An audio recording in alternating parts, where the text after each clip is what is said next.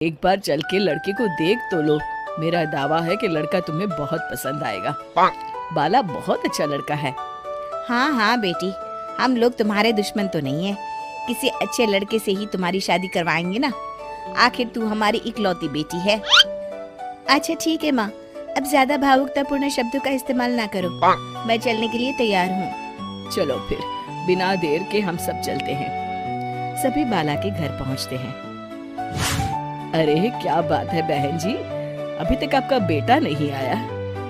जी बस आता ही होगा। तभी वहाँ बाला आता है। लो जी, आ गया मेरा बेटा।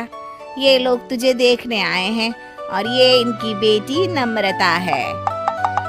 बाला के सर पर बिल्कुल बाल नहीं होते।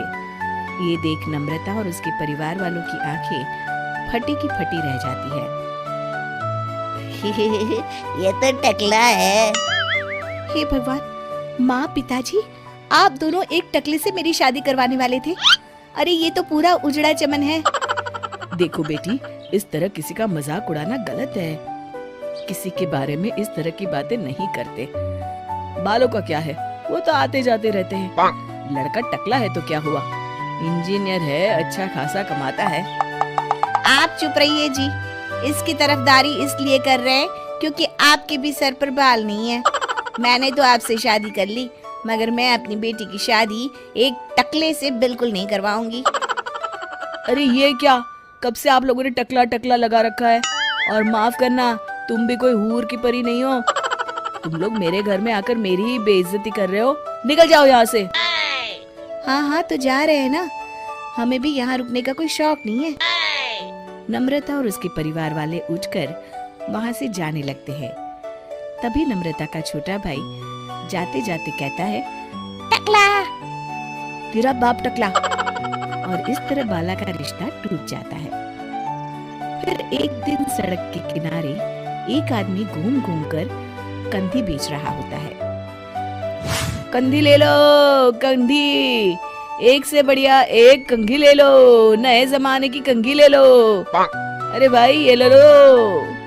घूमते घूमते वो बाला के पास पहुंच जाता है। अरे भाई साहब, कंधी लोगे क्या? ये लो। तभी उसकी नजर बाला के सर के ऊपर पड़ती है।